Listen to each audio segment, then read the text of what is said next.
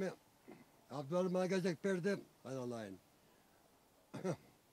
Abdülhalim'den çok ümit var.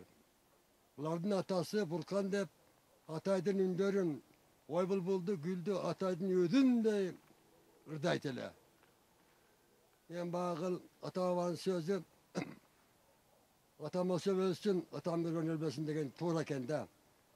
Şu Abdülhalim geliptir.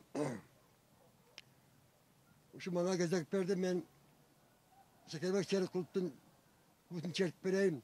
Buna bizim alaydın geri kandayken Akkar kökmüz degende anamdan mal cahit cüret kança yel bizim alaydın yerine akkavul bulat.